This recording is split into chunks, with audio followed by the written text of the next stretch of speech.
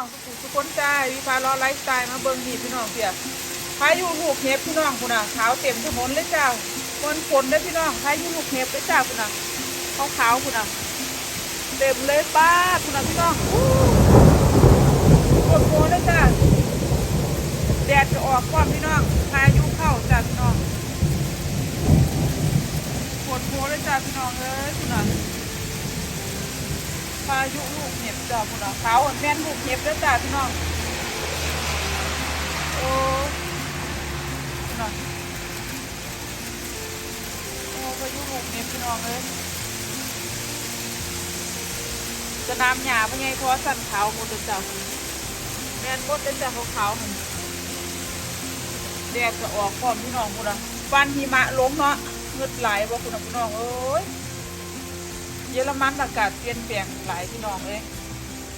อากาศเปลี่ยนแปลงหลายตายแล้วก็พุ่งกินพออยู่สวนยังบ่เนาะบัดนี้พี่น้องพายุลูกเห็บจ้ะฝนก็ตกเป็นเดือนเลยนะจ้าพี่น้องนี่เพิ่งมาตกจ้ะว่าพี่น้องพายุลูกเห็บปวดโผจ้ะพี่น้องโอ้ยอากาศเปลี่ยนแปลงเนาะโลกเปลี่ยนไปพี่น้องคุณเอาบักเห็บกองขยะนี่สิพาพี่น้องลงไปเบิ่งข้างล่างจ้ะเต็มเลยจ้ะคุณอ่ะขาวไปหมดเลย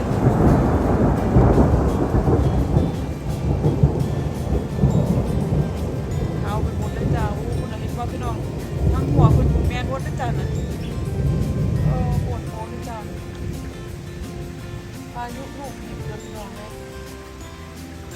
ปวดโผจ้ะ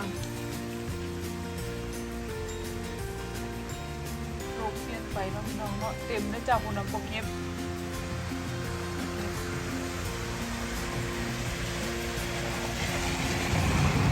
รถแลนสามน้องรถแลนบ่ได้เลยจ้าลูกหมดนี้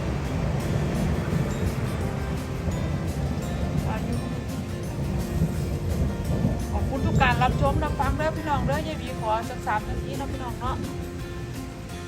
เต็มเลยจ้าคนสนามหญ้าคนพี่น้องมันบ่แม่นแต่ฝนนะจ้านะพายุลูกเห็บเลยจ้าข้าวกลางกันแม่นหมดจนพายุลูกเห็บจ้า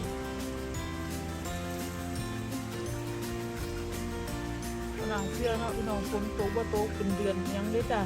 ยังหมดเลยล่ะนี่ขอบคุณทุกการรับชมด้วยพี่น้องเด้อขอบคุณหลายๆจ้าบักเห็บจ้าพายุลูกเห็บพี่น้องเดี๋ยวพี่น้องเบิ้งเต็มเลยจ้าพี่น้องเบิ้งเดี๋ยวโอ้พายุลูกเห็บจ้าพี่น้องขนาดเสื้อพี่น้องเลยเป็นเดือนจ้าเป็นเดือนฝนก็ตกมา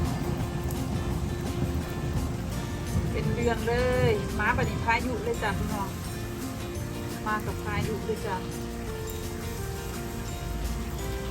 เต็มเลยจ้ะเต็มแบบโค้งยายดีเลยคุณพายุลูกเห็บพี่น้องสนามหญ้าพี่ใหญ่อุโดคนเต็มไปด้วยบักเห็บเลยจ้ะ